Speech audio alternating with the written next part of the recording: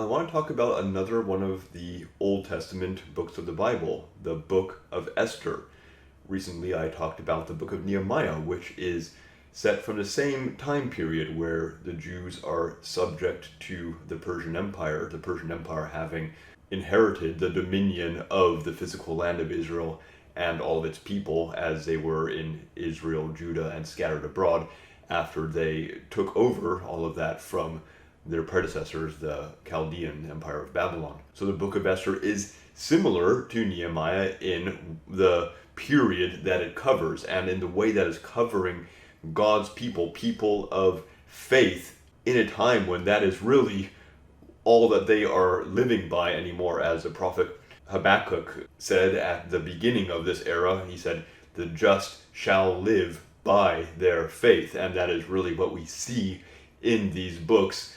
Ezra, Nehemiah, Esther, these books covering this time of captivity and living under the dominion of foreign empires. The just live by their faith because the political structure that had guided God's people is gone at this point. And even so many of the very promises that God made through his covenant to the children of Abraham, even a lot of that is gone. Now, there was talk of it coming back at some point, but the people living in this period are really just acting on faith. People like Daniel, Nehemiah, Esther, who we'll be talking about, Mordecai, they are acting on faith because all of the structure that had provided the physical and political and military and economic support for God's people through kings and judges and the assembly and the temple and these great cities that they lived in and this physical land that God had given them,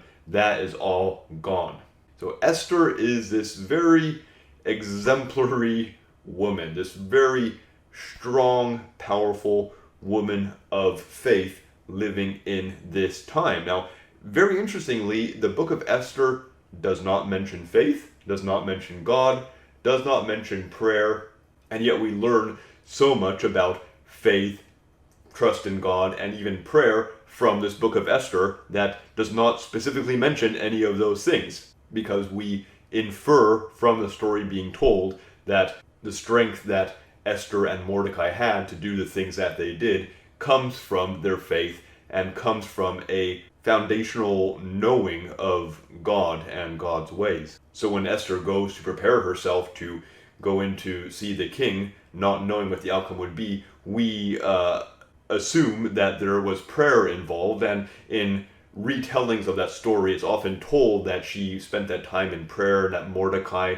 and the other Jews spent that time in prayer, though that's not at all even mentioned in the book of Esther. We still get those lessons of prayer and faith and trust in God from that story. Now, in the Greek version of the book of Esther that has some additions to it, there is an additional prayer of Mordecai, which kind of adds in that overt spiritual element to the story of Esther. But in the original Hebrew version, there is no overt mention of anything religious or spiritual. It is simply something that we take from it because we have, of course, a story of Esther within the broader context of the Bible, which is the story of God's relationship to mankind. So Esther is one of these books I like to call kind of a Jewish deliverance book. And we could say that the book of Exodus is the one that really starts it off, of course, with the story of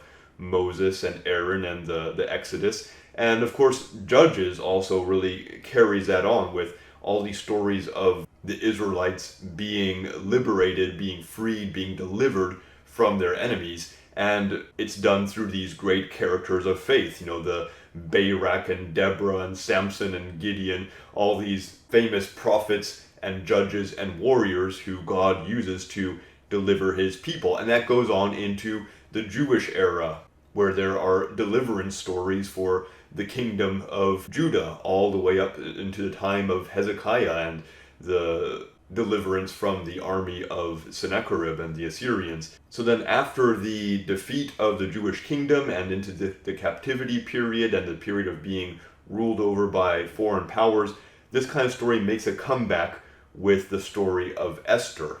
And I think it really sets the tone for the story of the Jewish people from that point on, with God intervening to deliver his people using these great characters. And I think that the Book of Esther really greatly influenced a number of other later books in this kind of genre of Jewish deliverance stories, like the books of Judith and Second and Third Maccabees and a number of other apocryphal or deuterocanonical books. Now, personally, I don't care very much for some of those later books, especially don't care much for Judith, since it is quite obviously a purely fictional story, and I feel doesn't really give us a whole lot as far as moral teachings.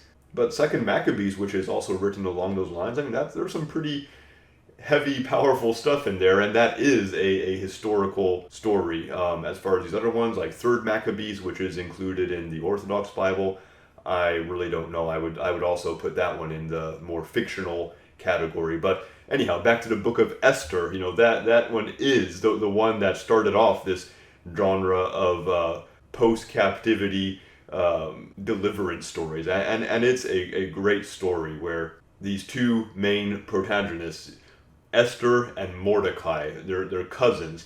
Mordecai has taken care of Esther as his own daughter after her parents died, and he realizes that there is providence in Esther's story, and he convinces her of this, and she accepts it, and she acts on it, and she ends up saving her people from this very evil conspiracy. So go read the Book of Esther. I think you'll gain a lot from it. It's short, it's intriguing, it's a story that's easy to read from start to finish because it really doesn't have any slow moments in it, and it's quite a fascinating historical book just for the insight into the workings of the Persian kingdom, the king and his ministers, and the story of the Jews in that time. So let me know what you think in the comment section below. What do you think about the Book of Esther? What are some things that stand out to you about it, that you gained from it?